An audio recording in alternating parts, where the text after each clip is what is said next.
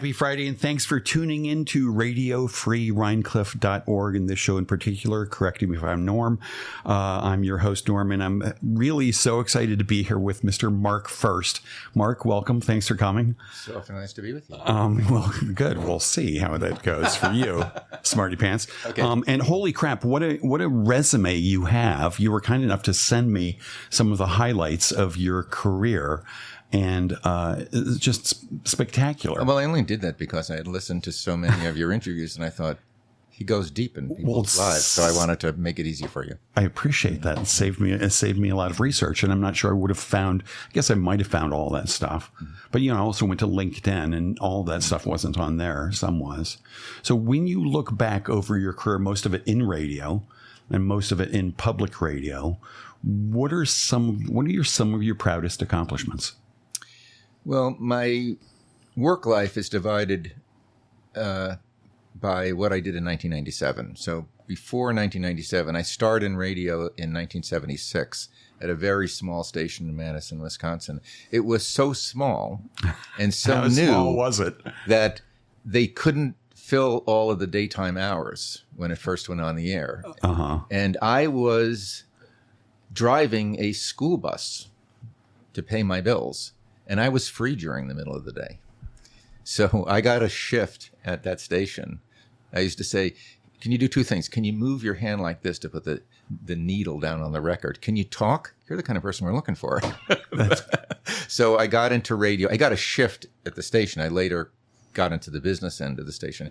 And then I managed that station with a group of other people. I never did anything alone in Madison. And then I started a small consulting company when I finished that work. And then I went to WXPN at Philadelphia.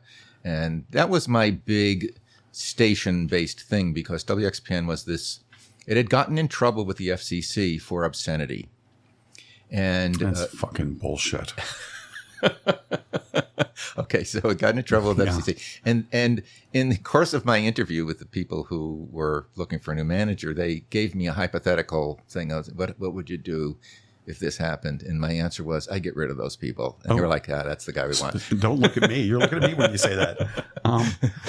And then WXPN became a really terrific radio station. And we took some of the format that I was hearing here when I was going for summers to Milan of listening to Radio Woodstock. We took some of the format. That's a AAA station. It means different things, different people. Acoustic, adult, alternative.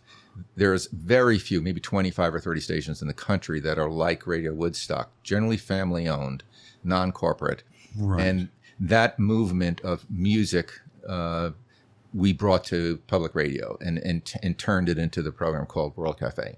And is Radio Woodstock still AAA? You still consider it sounds AAA? that way to me. I listen to it quite a bit. Yeah. It used to be. I remember when I moved here from the city, and remember when I first started coming up in the 90s, couldn't wait to tune in to WDST, Radio Woodstock, because they were playing stuff I was not hearing anywhere else. They took these stations emerge, including mine in Philadelphia, emerge at the early part of the corporate takeover of all of radio, where there was a lot of consolidation.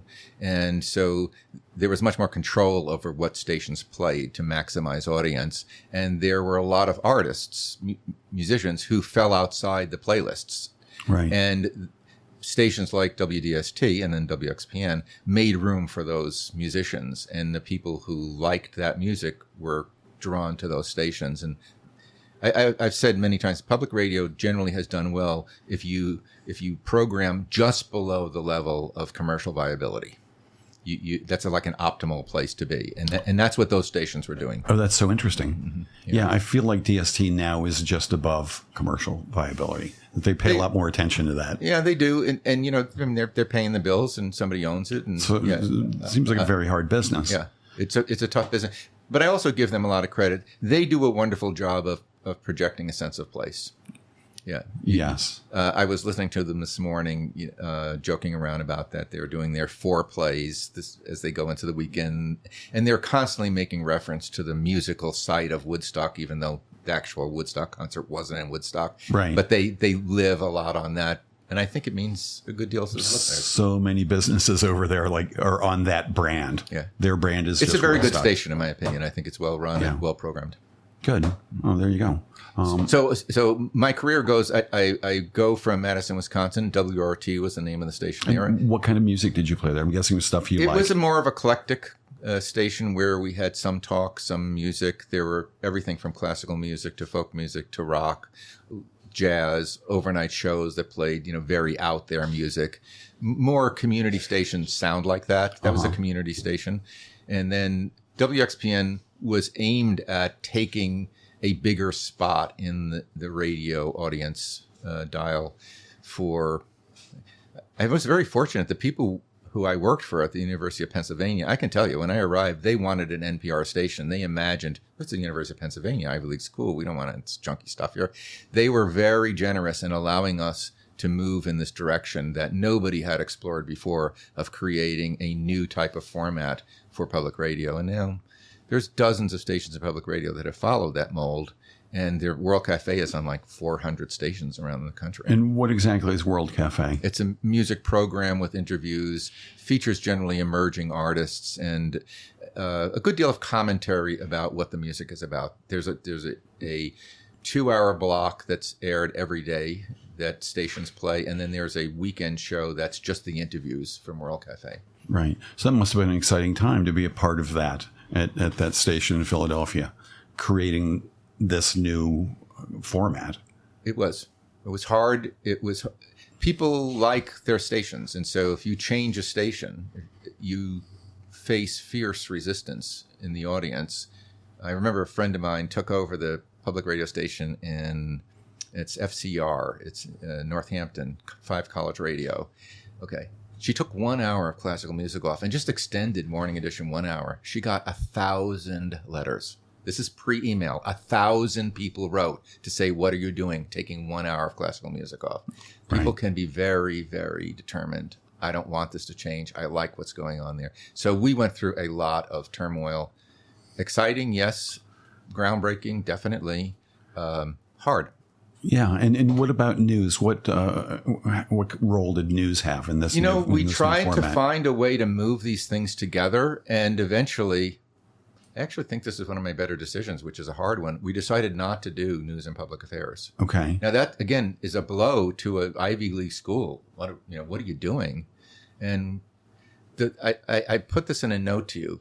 We created, or actually adopted, a children's call-in show called Kids America that was invented by WNYC in New York, syndicated by American Public Media.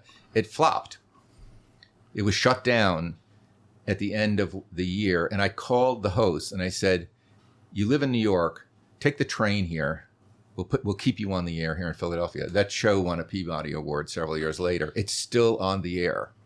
The fact that show was this unique thing and won a Peabody Award made the University of Pennsylvania very comfortable with what we were doing. It's like, these guys must know what they're doing. And we were taking them in a direction that they really didn't understand, but they were pretty good about it. That's good. They were seeing results. They gave you more latitude. Another thing that helped was there was a turnover in the presidency, and the new president, Sheldon Hackney, I don't even know the name of the woman who came in after I had left. That new president listened to that station and liked the kind of music we were playing. That's great. That makes a difference. Love that. Sure.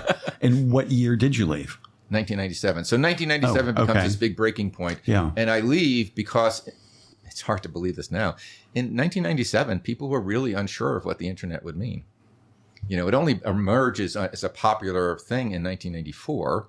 And people were sitting around at Harvard. I went to Harvard seminars on what is the internet going to really mean for everybody? Right. And I decided I'm going to focus on the relationship between digital internet stuff and public broadcasting. And that marks a big breaking point. And the rest of my career, I'm focused on that. How did you decide? I mean, it sounds like it was such a smart decision, but way back then, kind of a crapshoot. How did you make that decision to focus on that?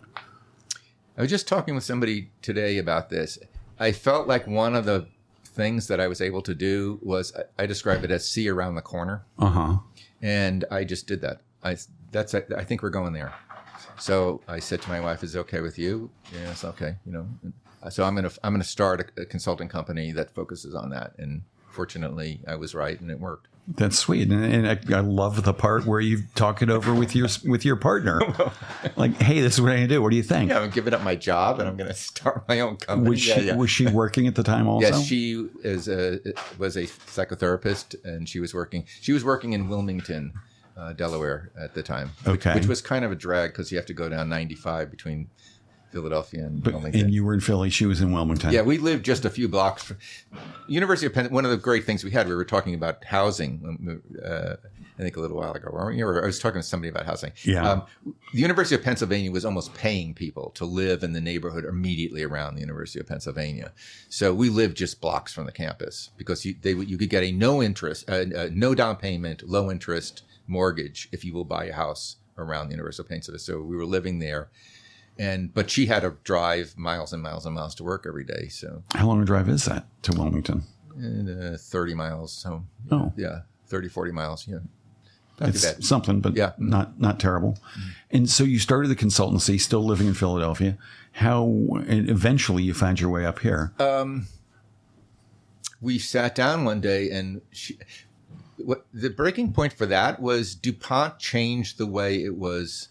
DuPont in Wilmington, which was really a one company town, decides we're not going to do the same medical benefits we had. We're going to change the way we reimburse the companies that provide service to us. She was in a psychological counseling service, and they cut their fees. And it caused this big scramble within how much is people going to get paid? Everything's going to be reduced and so on. And we were like, do we really want to? You really want to be driving back and forth to Wilmington? Does that really work for you? And we're like, I'm not working at Penn anymore. Why are we here exactly? So let's look at our options. And we looked at a few things. And we had been visiting Rhinebeck in the summertime to be with family and friends in Milan. And we said, I don't know. Let's give Rhinebeck a shot. Because I could get on the train and be at lunch in Washington. Right. Yeah. So almost all my work was coming out of Washington. That's the center of public broadcasting. So I said, let's give this a shot. And fortunately, it worked out. She then got a job at Vassar.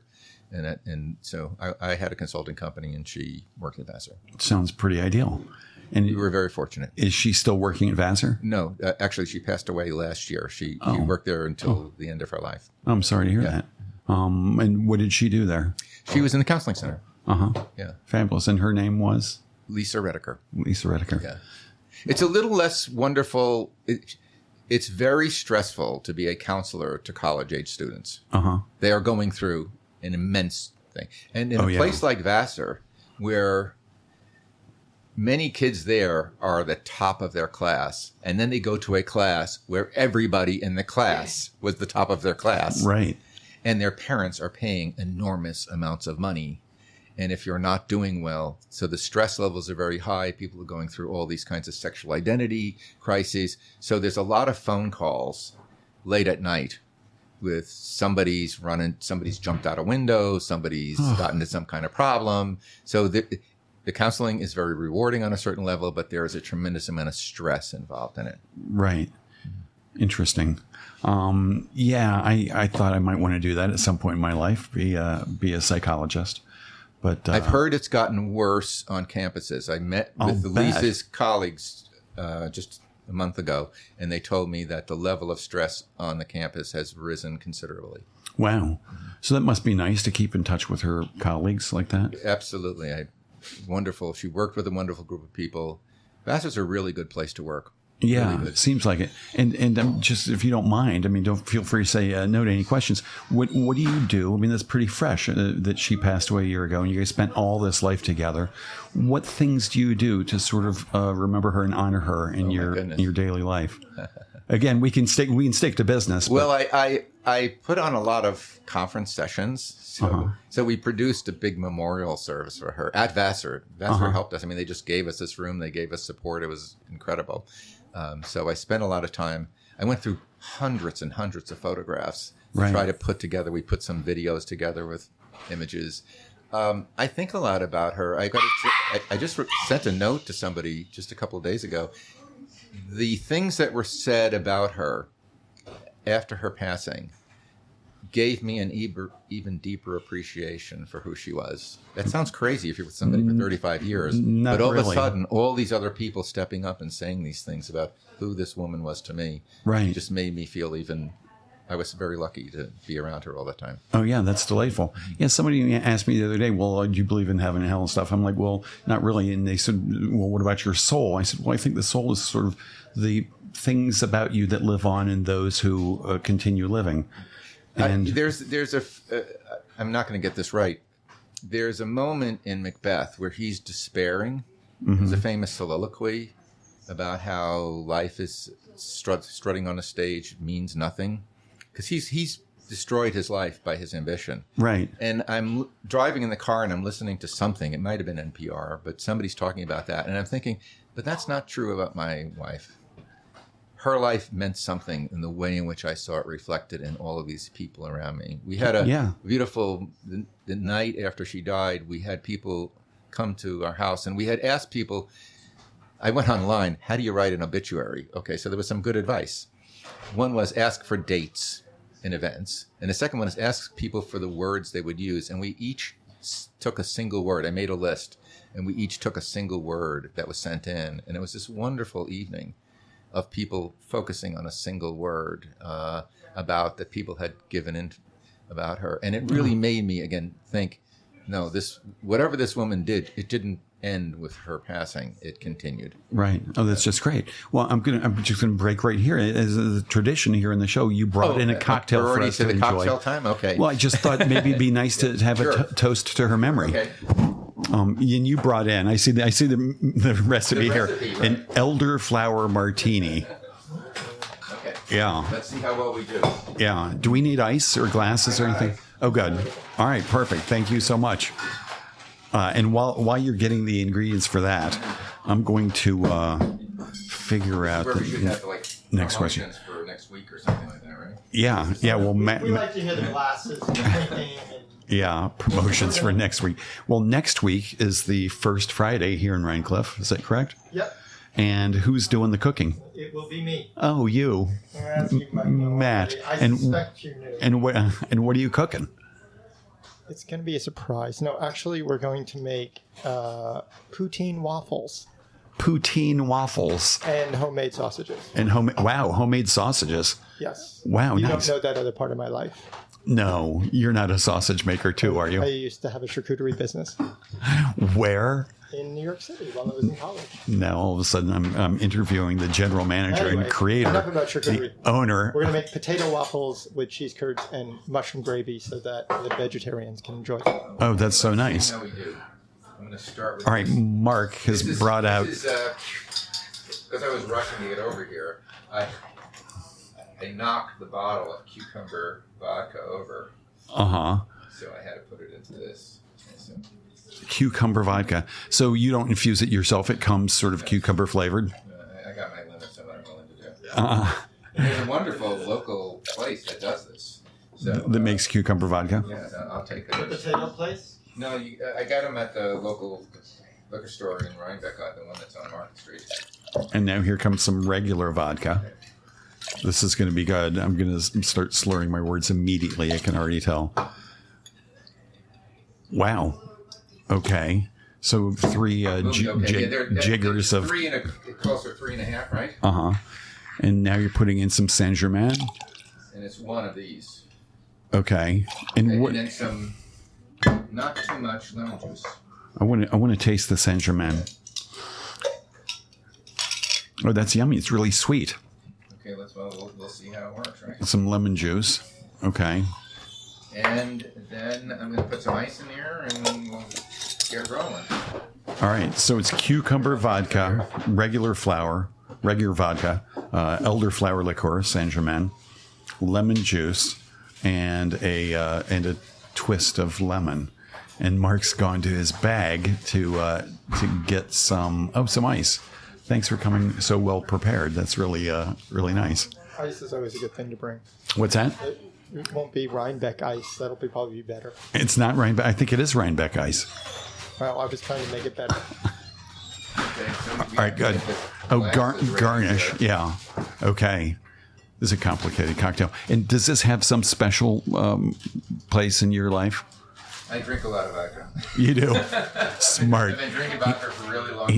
He says he drinks a lot of vodka. It was a nice kind of Viber vodka we get in Madison for like $8 a bottle. Oh yeah, I remember that stuff. I had a bottle of that once upon a time. I think it has a different name. It's a potato vodka that just tastes terrific. And where's the top?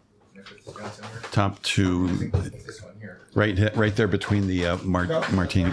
That's not the top? No. I bet you it is. Oh, there it is right there. Okay, great.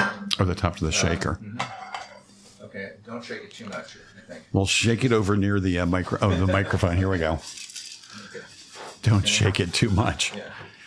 Matt, do you have a glass? You can. No, I should have brought one for you. Don't worry, so I'll sorry. find one. Don't worry about Okay. Well, it looks gorgeous, and So here you go. thank you so much. Thank you. And I didn't know I cheers. was going to get a chance to toast Lisa, but Lisa. Cheers. Love you, honey. Lisa, right? That is so good. Okay. And did she enjoy these cocktails as well? She was not a vodka drinker. No. Mm-mm. What did? Even like half a beer, she was out. That's nice. Cheap date. Yeah, that's good. Good when you're. Yeah. Oh boy. All right. Well, now I'm going to switch over. I got so many, Lisa Memorial part of this, huh? which was so good, and I'm going to have one more sip.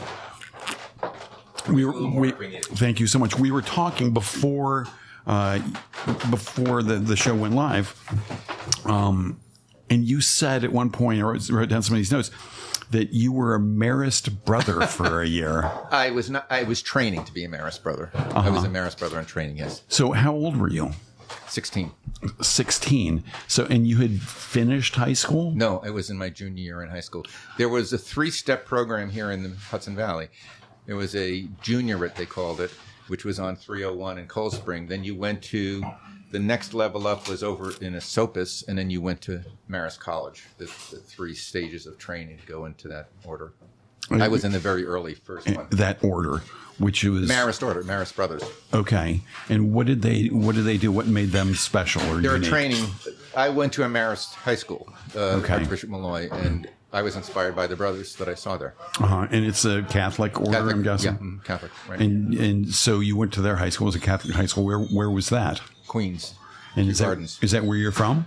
No, I'm from Long Island, New Hyde Park, a little further out. New Hyde Park. Yeah. And how did you get from there to this? It's a Catholic. call. Yeah. Take the bus out of Long Island and hit the subway, and then take the E&F trains from 179th Street. So But there was a lot of travel every day. How back did and it forth. come to pass that you left whatever school you were in New Hyde Park and went away to the special school? Oh, I was inspired. I thought I had what they call a vocation. Why does anybody go into anything? God spoke to me, I guess. And did God literally speak to you? Did you ever? I did have a moment when I was there, because there's a lot of religious training has a lot of meditation and Right. quiet moments. So I had some, I guess I would call them inspirational moments like that. Yeah. And then that kept you thinking this was the path for you, I'm guessing. I only stayed a year, and obviously I stopped and went back to school. But while I was there, it was a terrific experience in a lot of ways, because I mentioned to you, they put the best teachers in the training programs to train the teachers who are going to sustain their work. So I got a big jump in high school on my education by being in a place where there was no distraction, very almost military life. We'd get up at 5 a.m, clean up the place. Everybody had duties they had to do, go to class, very little talking a lot of the time, very structured recreation. Day after day after day for a full year, you can advance your education under those circumstances. It's a tough time in a boy's life to be that way. This sort of I didn't feel it was lifestyle. an imposition. I did want to get back. Girls were one of the reasons I left. You take a vow of chastity, and it was like, I don't think I want to do that. So Girls were one of the reasons you left to go there, or To get one of the out. reasons You left, Yeah. left there. Yeah. And you left there, and where did you go back to? I went back to the high school I had left, Archbishop Malloy again. What was it called? Archbishop Malloy, and Okay. the important thing about that, and I don't want to get too much into my personal life here, although we were just doing it, is that if you disconnect, especially in the middle of, I was in there, I graduated in 67, I think I do. Okay, those were riotous. Those were the emergence of the youth culture. Right. Okay. If you take a kid out of a high school for 1 year and plug them back in, that kid has no idea what's going on, because so much change.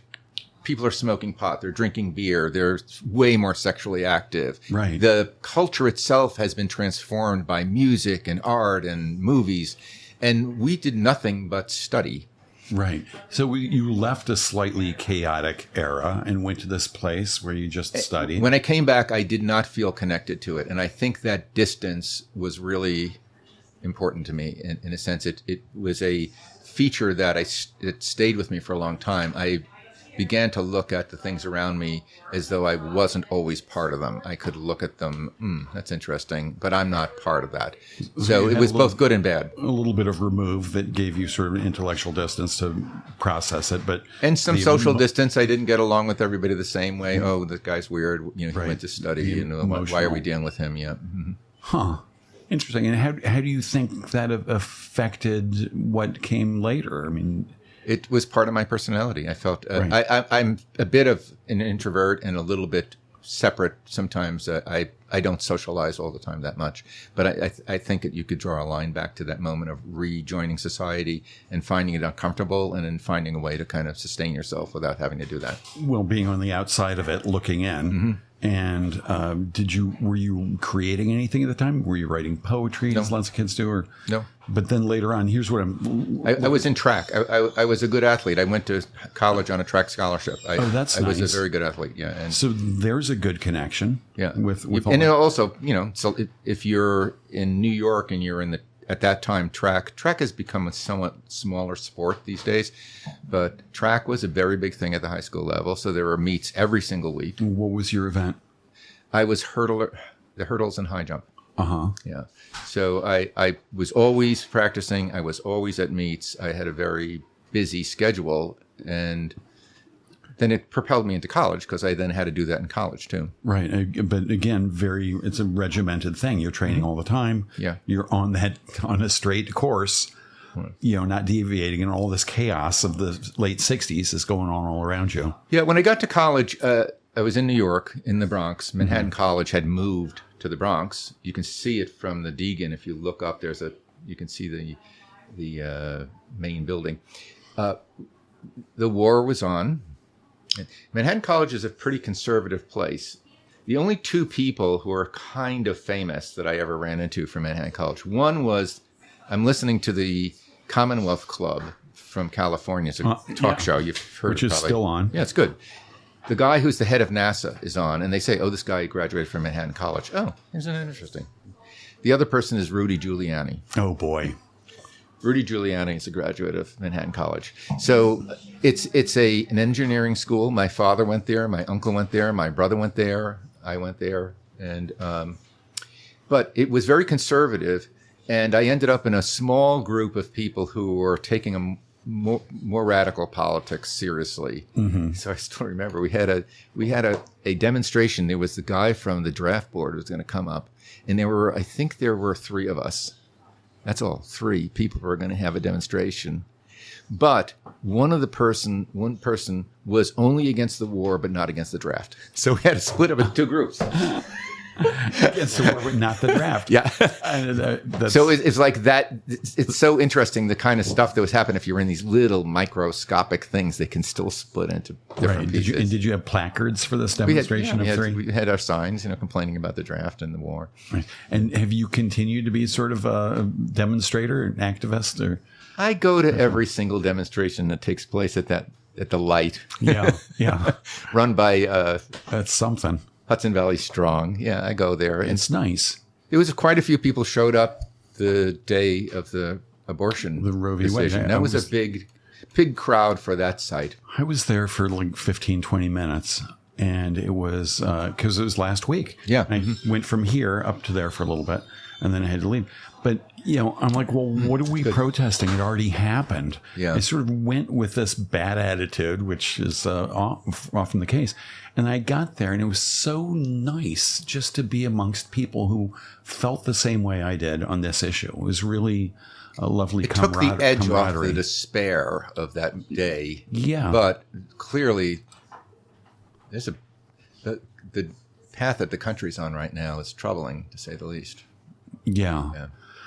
Oof. So let's talk about local news, because that's why I'm supposed to be here. Okay. Well, we got plenty of time. Okay. I just want to get back to Manhattan College. Sure. If we can. You graduated there with a math degree, and then I went to the University of Wisconsin to study math. And math, again, I'm going back to sort of the Jesuits or whoever. The Marists. Math is, the Marist brothers. It's sort of a straight and narrow path, more or less. It seems very, lots of rules and regulations and maybe some freedom in there. In the math world?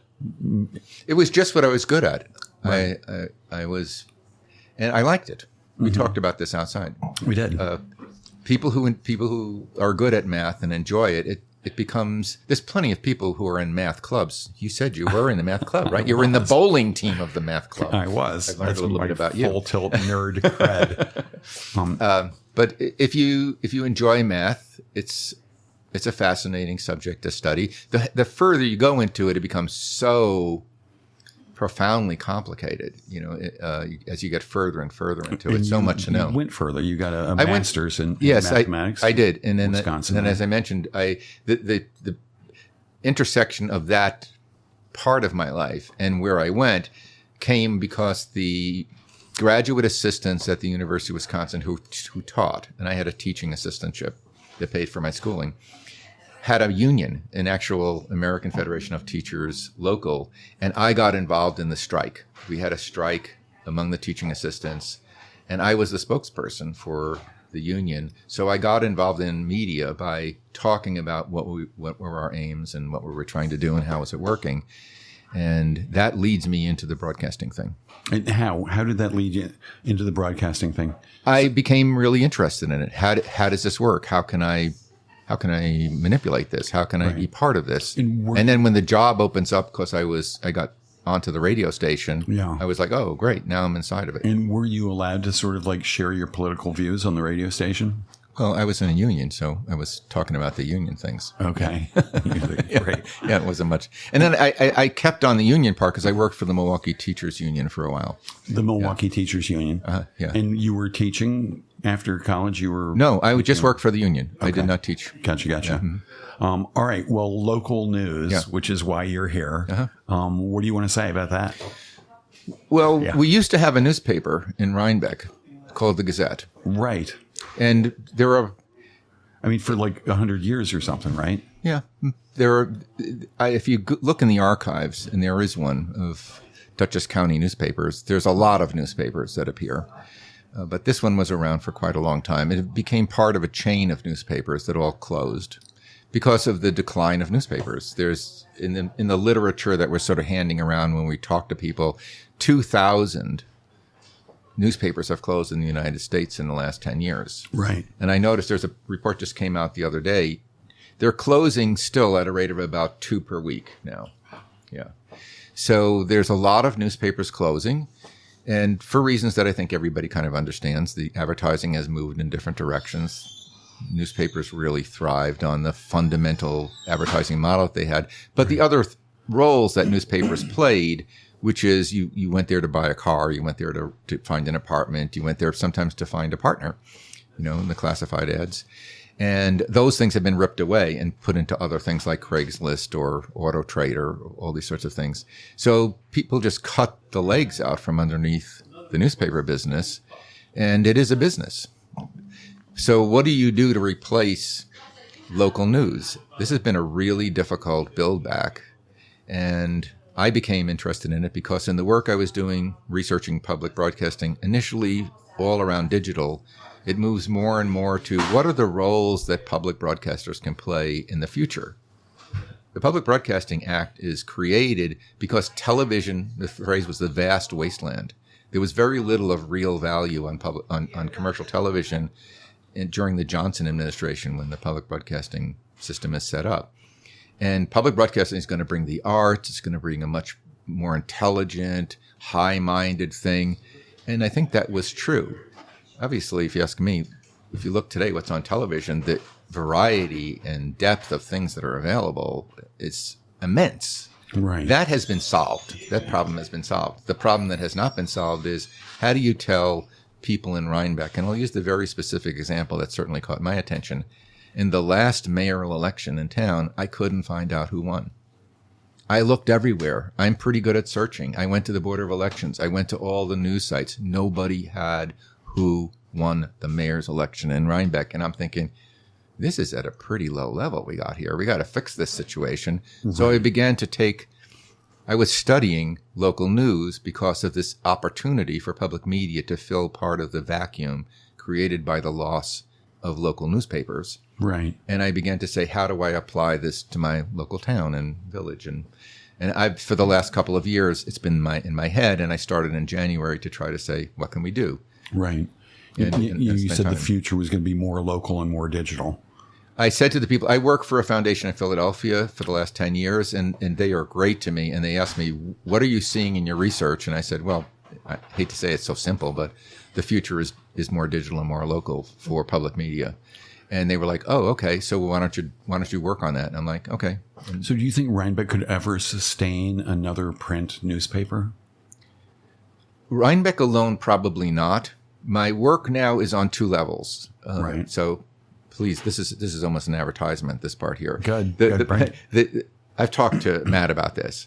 We probably have to form a consortium with some other local news groups to raise money, sell ads, have a back room that can sustain the journalists who do their work.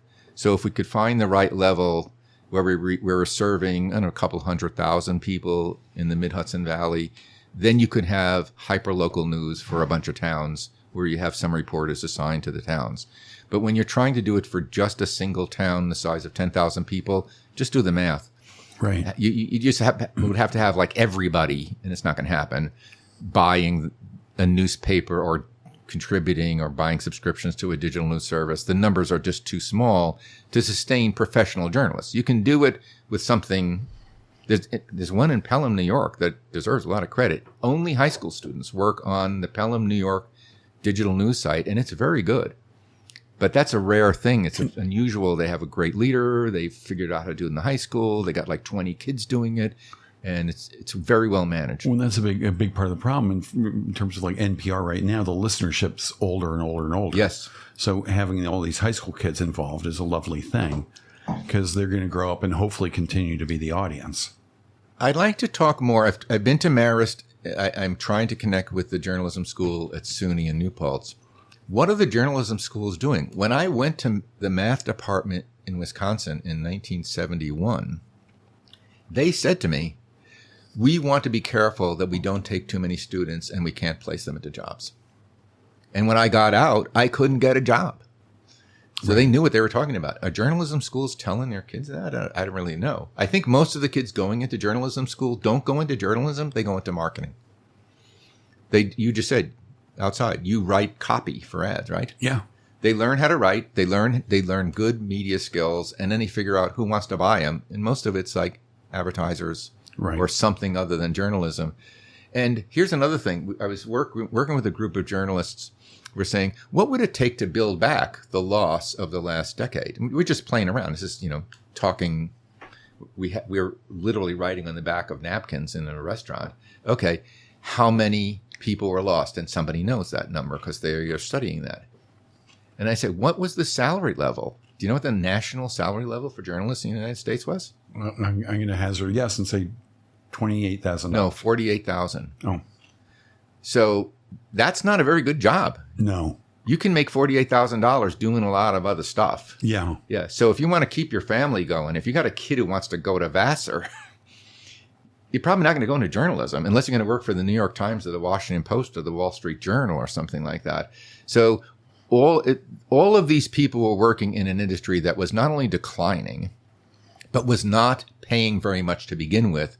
So this thing just collapses. And then over the last decade or so, It's a little longer than that, about 15 years. There's been a brick by brick building back. And I've been in touch with the people who are putting the bricks in place to try to understand how they're getting back. And that's what I've brought to the case here. Right. How can Rhinebeck have what I'll call hyper-local journalism, sense of place, locally focused stuff, and have a business model that can support professional journalists? Right. There's been a brick by brick building back, but also there's been a sort of like brick by brick destruction. These hedge funds have gotten a lot of press for buying up a lot of local newspapers and then just killing them. For the most part, they're buying the dailies, not the weeklies. Okay. Yeah. So over in Ulster, there's a thing called Ulster Publishing that used to have 4 papers. They're all combined into Hudson Valley One. Getty, is that his name? Getty, who runs it. They used to have New Paltz, Kingston, Saugerties, Woodstock. Now they're all together. There's one here. It's called Southern Duchess Publishing, but it publishes a Northern and Southern Duchess edition. Again, family-owned business, weekly. Those have been declining, but there's different levels of the journalism world. Print versus digital, but weeklies versus dailies. The hedge funds are buying the dailies because they have assets, buildings, real estate, enough volume of advertising to make them still relatively stable, even though here's the way that I've been telling people because it's such a good solid number. Covering Dutchess and Ulster, the mid-Hudson Valley part that we often talk about, there were 2 newsrooms at the dailies. There were 40 people working in Kingston and the Freeman. There were 60 working in Poughkeepsie. There are now 60 to 6 in Poughkeepsie, 40 to 4 at the Freeman. We've gone from 100 to 10. Okay? Yes. Over what time period? Over a 10-year period. We've lost 90 reporters and editors covering this area. And I told this to somebody who's been like a planning board a long time. Said we used to have 6 people coming to meetings to follow what we were doing. Now we have nobody. Right. And we had nobody standing outside of that room on Market Street just to find out what was the total vote again. It was 355 to 240. Okay, I'm going to write that down. I'm going to call that in. Nobody was even there to get that. And I just thought, well, you can't have a civilization that we have without somebody saying something about that. So what is your vision for local press that could work and be sustainable?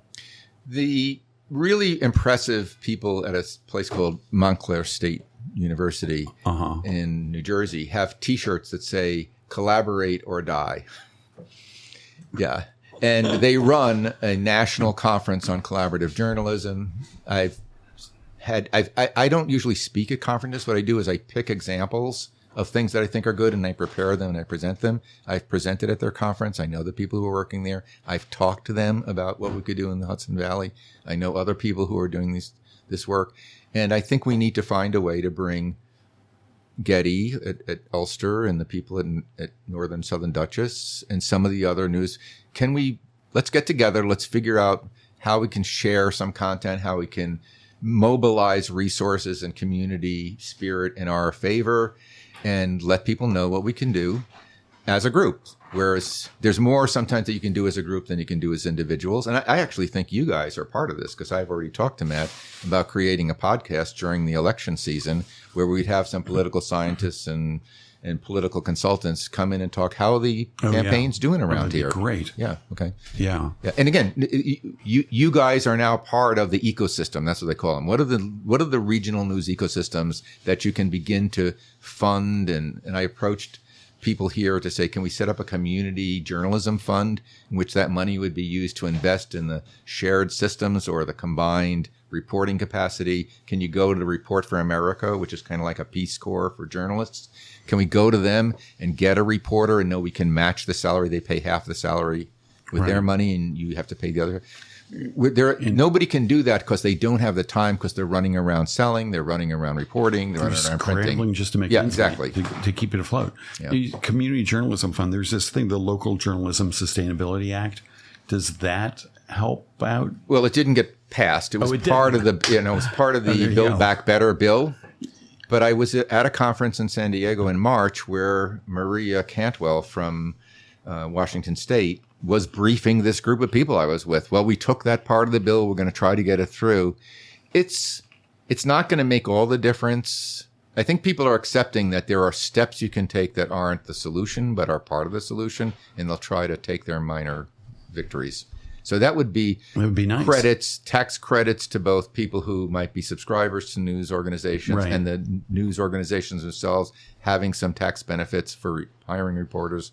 That's what's in that bill. Right. That'd be wonderful. Is it still on the table somewhere? It might pass? You and I and Matt are listening to what's going on in Congress, that chaos there. It's God. somewhere in that hurricane of things that are going on in Washington. So, all right. So you said someone quoted somebody "collaborate or die," which is great. So it sounds they have like T-shirts with that on there. I love it. So it sounds like you're going around the Hudson Valley, sort of enlisting people to collaborate on this thing that you're thinking about creating. I'm doing it.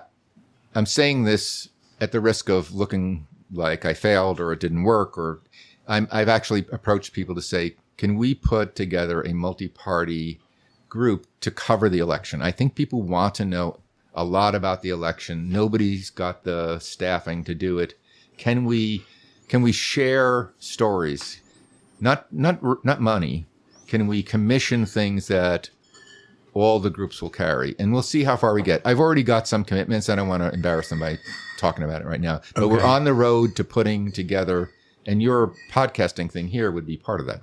That'd be great. Mm-hmm. So do you get people who say, no, we don't want to play? Not so far. Okay.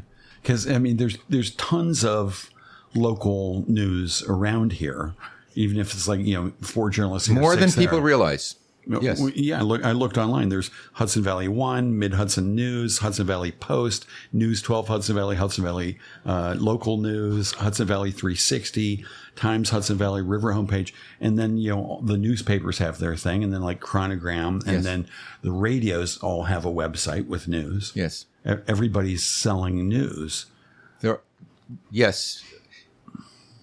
Radio stations, and again, I work so much with public broadcasting, the problem that public radio faces is that it's regional, not local. Right. So when they go local, if you ever listen to WAMC, I listen sometimes, and they're talking about Springfield, Massachusetts, or they're talking about Saratoga, it's like, is that really about me? Not really. Now, if they're talking about an issue, cannabis legalization or something where, that's going to be about us. But if they're talking about, this group passed a resolution to do that, and it's not easy to use regional things to do hyperlocal things. So that's a big problem that this whole group is facing. I think you have to try to find a way to solve this. What I've been saying to people is there's a giant innovation project taking place at hundreds of locations across the country. There have now been groups formed to capture the lessons and present them. The Google News Initiative, the Institute for Nonprofit News, the Pointer Institute, the Local Media Association, all these different groups. And I'm working with some of them. We put on webinars every month for journalists. Like next one is going to be about how do people who come from print journalism, when they enter public radio, what do they see?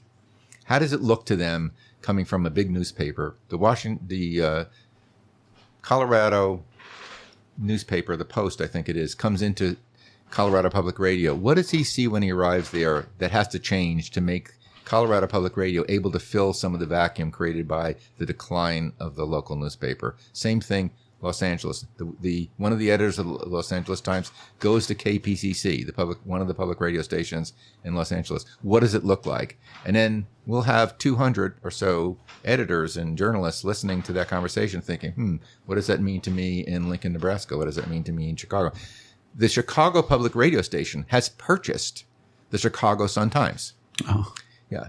Now, they got $60 million from very large foundations and private donors to do it. Mm-hmm. But that's how ambitious the public broadcasters are now about, we need to do this. I did say to the people I work for, this is the next frontier. It's not a public broadcasting thing. It's a much bigger field than that. It hasn't got a name. But it's public service journalism is kind of the unmet need of the country. Let's be part of that. And isn't that sort of the idea that TV and radio were started with, that it was going to serve the public? They're not doing it. But there was the original idea. You mean you're going back to the 30s now? Yeah. Like that? Okay. That's a long story. You need more than an hour for that one. All right, good. Well, we don't even have an hour left. So what about the funding for what you're trying to create? Again, I'm using this as advertising time, if you don't mind. Please, don't forget to spell out the name of the website. There is a very, very good local news service in our area called the Highlands Current in Cold Spring, New York. It has an interesting origin story. Roger Ailes, the person who began Fox News, moves to Garrison and buys the local newspaper and makes his wife the publisher. And another guy, I should know his name, decides he doesn't want that. He starts another paper in Cold Spring. That one today is called the Highlands Current. They are really good. They were named the best newspaper in New York by the New York Press Association. Skip Rowe is the editor. He's terrific. He has a wonderful group of people. What makes them sustainable when other people have failed? They've got about 50 people in that area. It's a fairly well-to-do area who kick in the money. They have subscriptions, they have ads, they have grants, but they have a group of donors who want that place to be there for them, and they write the checks for it. And with that, and I've been telling everybody, we need to find that 50 to 100 people around here who want to make sure that we have local journalism in Northern Dutchess or Northern Ulster or something.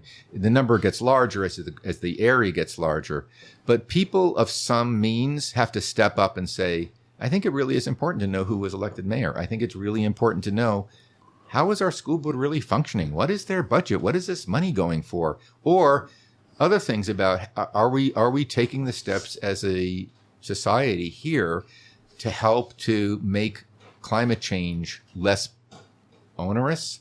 What about the ability to build affordable housing? Are other people solving any of these problems? Do we know about what solutions?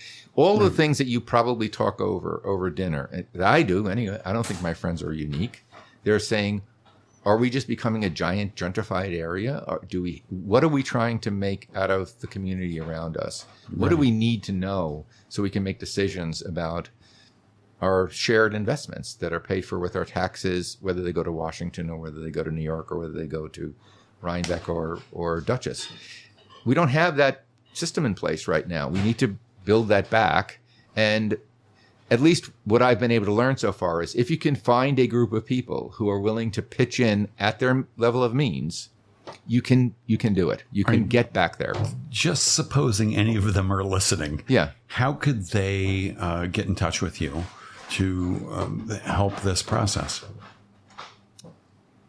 They can text the word Rhinebeck to 66866. 66866. And they will get to a page that gives them an opportunity to get in touch with me. Okay. Yeah. And what page is that? I just set up a landing page for people who are interested. I've given a couple of speeches, and I would tell people, put 66866 and where you're sending the message, and then put the word Rhinebeck in there, and you get a text back, and it'll say, here's a little message, click this button. All right, love that. Say it again. 66866. Put the word Rhinebeck to 66866, and you'll get a page that would allow you to communicate with us. And communicate with you and help out financially or help out in terms of like just feet in the ground. I really think we need everything. I think it's an all hands on deck kind of thing. That's when I met Matt. I mean, first of all, you know him. He gave you the opportunity that you're taking advantage of. He did. I got a little shrine to him in my home. We need more people like that. We need more people who will step up and say, yeah, this is work, but it's work worth doing. And it could be, I could write a baking column for you, or I could take photographs for you. I just interviewed a kid today who got out of Marist College in the journalism program. He said, I'm looking for a break. I was wondering, let's talk. I got a call from the woman who runs the journalism effort at Rhinebeck High School. We've got a couple of kids who are interested. It's going to require everything across the board, because we also want it to reflect who we are. It's not Mark Fuerst or you, Norm. It's who are we as a community. We want to make it something that reflects back to people their sense of place, their community. Right, which was Matt's idea starting this radio station. Yeah. So I think that's something we can do, and I think it's something we need to do. One of the very best people in the business is a fellow who started the local news service in Santa Cruz. Ken Doctor, his name is. He had a company, he still runs it, called Newsonomics, that was really the go-to place. Ken did not set up his thing to do local news. He set up his thing to strengthen his community. Those were the first words and all the things that he sent out to people. And I was following what he was doing. So local sweet. news is part of strengthening the community. We're not the end. Yeah. We're just a piece of the way to a stronger community. I feel like that we should be doing the same thing here. That's just amazing. And you, you've lived here for how long? My daughter was 25 years. 25 years. And your daughter. Yes. I have to go back to when she was 3. Measure your life by the age of your children. That's so good.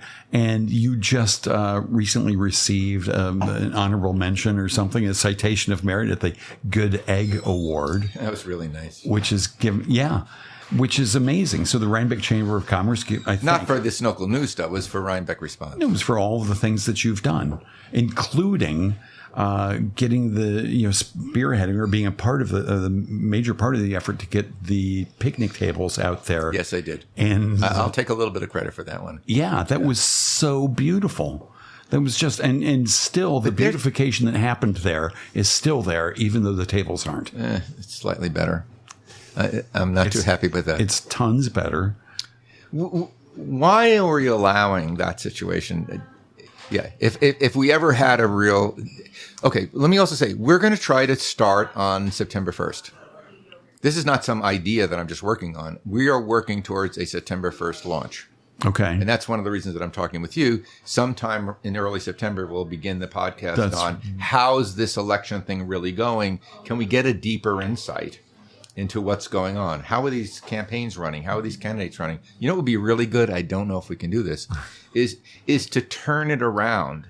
There's a professor at NYU that is really working with newspapers to try to get more of a people's agenda. What do people want to know as opposed to what candidates want to say? Can we encourage news organizations to capture the sense of what people need to hear? And then when they talk to candidates, say, people want to know about this. Why don't you tell me about that? We'll do our best to capture that. Candidates have their own programs. They've got consultants. They've got money.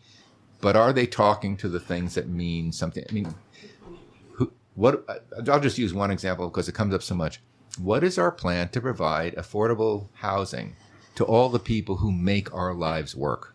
Right. Who are the nurses at the hospital? Who are the clerks in the stores? Who are essential to our well-being and have to live 50 miles from here to find an apartment that they can possibly live in? That is impossible. Well, I think there are plans. But again, to your point, do people know about them? Yeah. There's so many things that people say, oh, do you know about this? I never even heard about that. Right. And I feel like I'm pretty engaged. I'm trying to figure stuff out. So, yeah. So we've got to have a local news, an information system that better informs us about things that mean a lot to us. And that can be the fellow I spoke to today who called me, who's just he wants to go into sports reporting, which is a tough field to break into. And I told him all of the good local news sites that I follow all cover high school sports. High school sports means a lot. When you drive into Rhinebeck, go up Rhinecliff Road, you see a couple of signs there that say, oh, the women's soccer team did this. 2019. Why are they saying that? Because they're so proud of it. Yeah. And that sense of place. And also, where is a new store starting? Where is a new store failing? Where is it? Oh, one happened recently. There's a terrible fire. This wonderful woman who we had worked with who put the plants in. You're saying that the CVS thing is better. Candace Gallagher planted those plants. Her house burned down. Oh no! Yeah, her house burned down, and fortunately, a group of people got together, put $30,000. $30,000 is going to replace your house, but at least it gave them cushion to begin the process. I met her. She's from this organization, Dirty Gaia, I think. Yeah, and her husband is her. I went to their house. I got to tell you, I've never seen anything like that. It was matchsticks that remained. Oh, geez. Yeah. And what was interesting, I never knew about this, is if you're off of the street because I didn't see the home. I was like, where is it? I guess I got the wrong address. If you're off far away from the fire hydrants, trucks have to drive up to your house that contain water, and they run out of water. Then they have to go back and fill up. So they just couldn't do it fast enough. Right. Yeah. I mean, we don't even think about that kind of stuff. So Yeah. I would like us to be informed about. There's a comprehensive planning process going both in the town and the village. Rural Rhinebeck. Sure. Right. Sure. Rhinecliff is part of this. Our friend Lydia Slaby is working on Lydia that. Slaby's kind of heading that thing. Yeah. Yeah. I listened to that when you talked with her. That was actually bracing with the whole thing of her health, right? But do we know what they're talking about? A little tiny bit. What are the options? What are the options to bring more? This is just a personal peek. To bring more outdoor seating to the restaurants, to make our town feel more enjoyable to be in during. Who's even fighting over this? I don't even know how people are dividing on some of these issues. Right. And I only do. There was a public hearing I happened to go to. Yeah. It was interesting because I sort of felt like, well, everybody should just be in favor of that. It'd be lovely. But what people things do you want to know more about? Let me just ask you, because I just got a chance to be with you for a minute. You know, I'm in a happy position to know a lot about most of the things I'm curious about in terms of like local you invite governance. Them on your, and when I just you can invite them on, or I've got a veranda at my house there in South Street. Invite them there. I give them drinks. They spill the beans. Free beer takes you a long way, doesn't it? Yeah, it's really nice. But what things do I want to know about? You know, election results are often frustrating because I look the next morning and sometimes I find them, sometimes I don't. And like you, I'm like, what the hell? Why is this not the lead story on some of these local websites? But it's tough because, like you said, the reporters went from 60 to 6 and 40 to 4. And well, let me ask you about an important one that came back. I mean, what do you guys, and Matt's here in the room with us, what was going on with that school board election? Oh, that was amazing. I take it that there was this Moms for Liberty thing. Okay. Was that the entire story, or was there more to it? Why did 1,000 people show up? What was this? Who lit the fuse that made that? I'll tell you exactly who lit the fuse, and of course it's just speculation, but I strongly believe the fuse was lit by a local teacher who lived with her ex, who's a super liberal, lovely, and lived with her wonderful ex-husband who was super conservative. That's interesting. And this candidate, Dove, knocked on her door and started sort of talking to her about like, well, we don't want these people, and we don't want these books, and it's all third-hand information. Yeah. So that got around. And people were like, wait, this guy wants to ban all these books. That's bad. We don't want to be a community that bans books. We want to be a community that was open to all these ideas, including his and hers and everybody's. And so it really got around. And so when this election happened, like a month after that incredible knock on the door, there were 3 times more people who showed up. And also Dove, the candidate from Moms for Liberty, and again, the name of these organizations just freaking kills me. But he knocked on doors and he got a whole bunch of people who were like, right on, we don't want to spend all our money, educating kids about gender fluidity and stuff. I think that's the issue that's probably most... Well, it's a twofold. Okay. It's money tied up with this social issue. Because people, I think, don't want to be cheap. It's like, oh, I don't want to but it's like, I don't want that stuff taught in my schools. Yeah. And so when it's like, oh, well, it's not going to be taught and you can save money, which was his twofold message. So anyway, 3 times more people showed up. Yeah, I was there. I was there at 8:55. I was handed the piece of paper to say, yes, I'm the last person on one of the lines. There were 3 lines. That's when I showed up. Okay. I get a call saying they need people to count the votes. And I'm like, all right, I've never done that. So I went to count the votes. And it was because they ran out of computer ballots. Yeah, they ran out of the pre-printed computer ballots. And so they used these other ballots, and we counted them by hand. It was an amazing process because it was counted and recounted, and then went to the other table, which was counted and recounted. So the process was really super buttoned up. But it was interesting to me because those ballots were the later ones that were cast. And this candidate, Dove, got nearly no votes. But then I saw the results, and he had a bunch of votes. I'm like, oh, so those votes were cast earlier. That's interesting. Okay. And the people who showed up earlier were much, much older people. Okay. In terms of demographics, people who didn't have kids in the school, people who didn't have skin in the game of, educating kids and to be broad-minded and putting books on the shelf that might just help one kid, even if you don't really dig it. So yeah, it was incredible to see how that happened. Incredible that the community showed up in that volume. Okay, we're running out of time, right? No. Can I ask you a question? Yeah, I guess. Okay, no. And I'm also addressing to Matt, who doesn't have a microphone. Oh, he does. How do we bridge across to Dove and his? What is our community? This is the part that troubles me. I'm a Democrat. I come from a more liberal part of the world, but I recognize that my community is more complex, and I want to reach out and try to create a sense, at least, of the capacity to talk among these groups. So, how do you guys think about that and what you're doing? Where does the cross section of agendas and ideologies fit into your vision of what you're doing here? Here, or just sort of the potential on a national level. You're a media company now, but you're active citizens, so you can answer on both levels. Go ahead, Matt. I think that as far as reaching people on the other side, quote unquote, I think that there's only a certain percentage of them, and I would put that at between 5 and 10% maximum of those people that are reachable.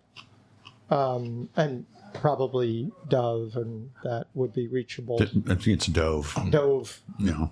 I will say on that particular election, I don't have children, and I've never followed that election in my life. And this was insane how many people talked about it. It was like a presidential election. Yeah. But to your question, how do you reach those people that are reachable? To create a sense of community. Yeah.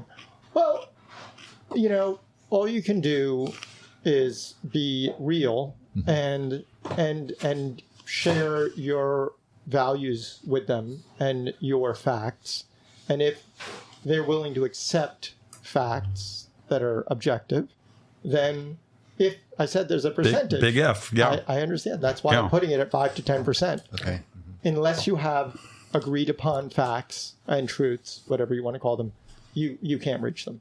And anyone who will not agree upon certain basic truths, not things that are on the edge, it's a hopeless cause.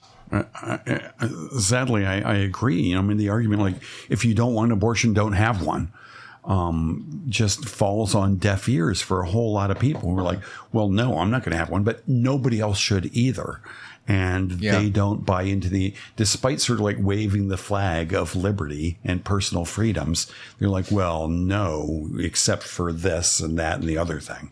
You people should not have freedoms because you're not like me.